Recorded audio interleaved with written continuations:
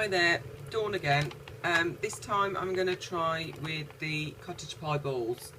I have put 1 meal of country cottage pie into a bowl like so, and I'm now going to add just a small amount, I don't measure it, of hot water, just a tiny amount, enough to make a dough.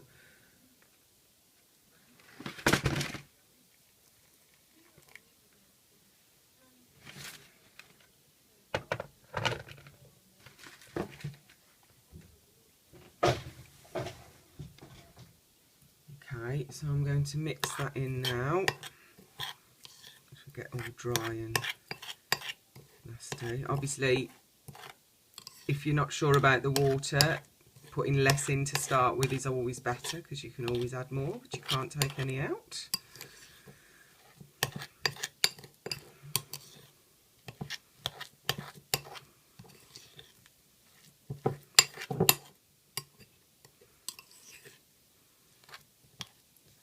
Kind of looks, I'll say dough-like.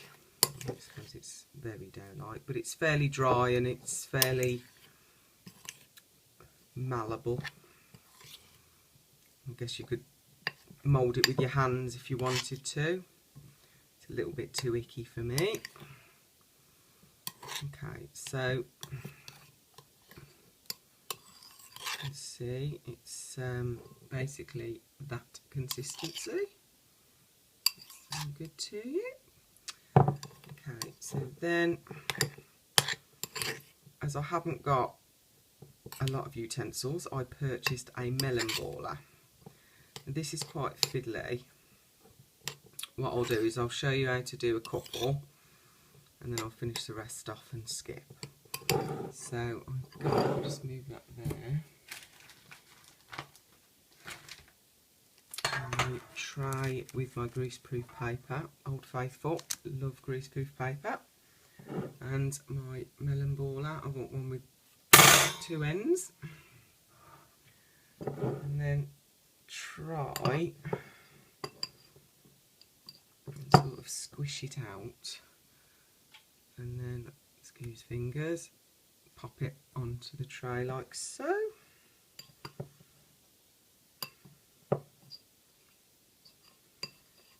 Doesn't quite ball it, it's a bit flat on one side, but that really doesn't matter. It still cooks perfectly. There we go.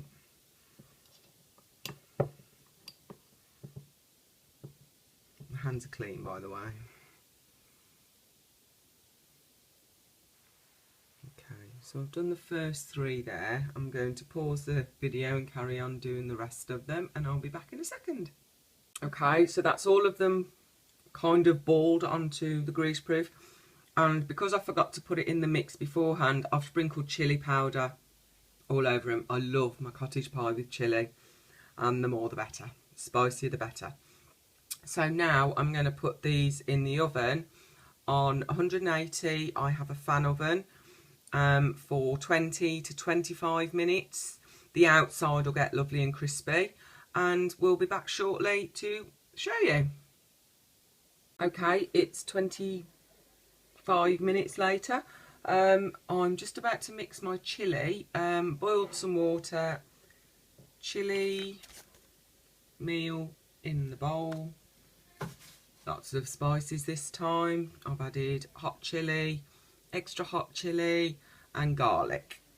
So I just thought I'd show you how I mix the chilli up. I use about 125. I use the minimum on the water, to be honest, and I do measure this. So I'll just pour that in there, and then the rest, a little bit of a guesstimate kind of thing. So that's in there. Give it a good mix, or a good squidge.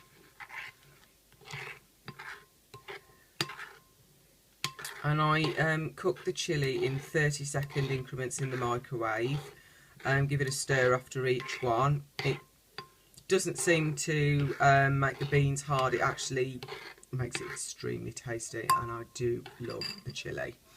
Just about to get my cottage pie balls out of the oven. So I'm going to pause for a second while I get those. Okay, so here they are. Probably quite well done. Obviously the chilli has completely burned off. And so while these are cooling down, I will cook my chilli. Back in a minute. Okay, so that's the chilli done. I do it for about 2 minutes, but as I said, in 30-second increments. It kind of helps it, I don't know how. And here are my cottage pie lovelies. And I will just arrange them like so. And after I've cooked all the meals, doesn't matter which one I have, obviously I don't eat it straight away because it's really hot, but usually leave it for about 10 minutes, so if you've put too much water in, it can soak it up. But in the case of these lovely little bally things, obviously it will also soak up. I had this last night and it was absolutely amazing, and for some reason it fills me up a lot more than just mixing the 2 meals together normally, which I do have quite often. Naughty me. I still only have my 4 products a day, but I do sometimes double up on the evening meals, because I do love an evening meal and I do love chilli. So there you go, cottage pie balls. I will probably do one with the flattened cottage pie flat, or whatever you want to call it, but for now, there you go. Hope you enjoy. Bye bye.